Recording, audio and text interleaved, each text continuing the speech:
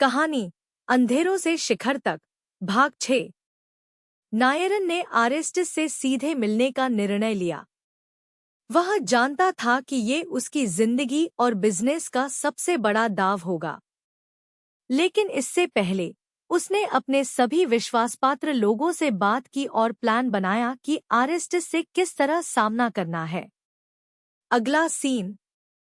नायरन एक बड़े conference hall में बैठा था, जहां आरेस्टिस के आने का इंतजार कर रहा था।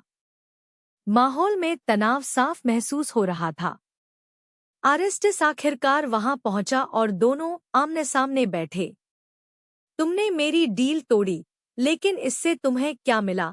नायरन ने सीधे सवाल किया। आरेस्टिस हंसते हुए बोला, तुम समझते हो कि ये सिर्फ एक डील थी?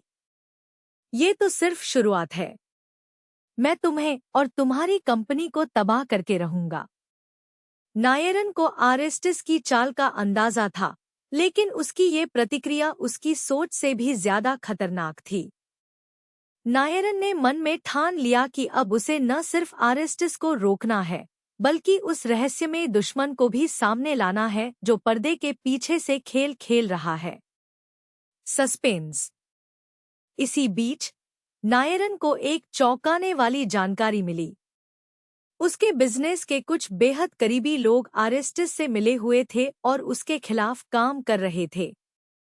यह खबर नायरन को भीतर तक हिला गई। उसे समझ आ गया कि दुश्मन सिर्फ बाहर नहीं, बल्कि अंदर भी है। अगला सीन। सियारा अब विदेश में अपनी पढ़ाई के आखिरी चरण में थी। उसे नायरन की परिस्थितियों का एहसास था, लेकिन वह ज्यादा मदद नहीं कर पा रही थी।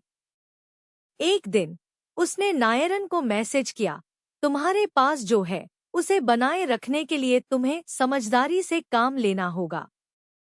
भरोसा करो, लेकिन आंखें खुली रखो। सियारा के शब्द नायरन के दिल में गूंजते रहे। वह अब और सतर्क हो गया। उसने अपने बिजनेस के सभी पहलुओं की जांच शुरू कर दी, और जल्द ही उसे पता चला कि उसकी कंपनी के भीतर से ही कुछ लोग आरेस्टिस को जानकारियां दे रहे हैं। अगला सीन।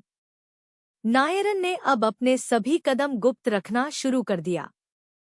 वह दुश्मन को धोखा देने के लिए गलत जानकारी फैलाने लगा, ताकि असली गद्दारों का पता लगाया जा सके। क्या नायरन अपने अंदरूनी दुश्मनों को पहचान पाएगा? क्या आरेस्टिस और उसके सहयोगियों की चालें नायरन को मात दे पाएंगी, या वह उन पर भारी पड़ेगा? भाग 6 समाप्त।